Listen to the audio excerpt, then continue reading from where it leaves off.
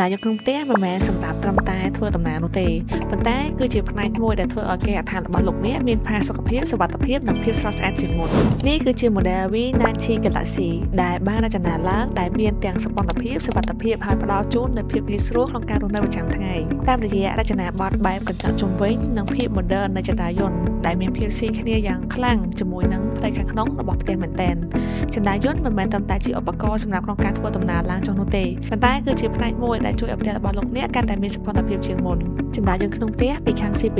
បានប្រើប្រាស់ជាមួយនឹងបច្ចេកវិទ្យា Whisper ដែលមានសុវត្ថិភាពខ្ពស់ក្នុងការប្រើប្រាស់ហើយមិនត្រូវការឲ្យមានរណ្ដៅមិនត្រូវការមានបន្ទប់ផ្សិនបានប្រើប្រាស់ជាមួយនឹងក្រុមកញ្ចក់ជុំវិញទាំង4ទិសដែលអាចមើលឃើញផ្ទៃខាងក្នុងនៃចន្ទា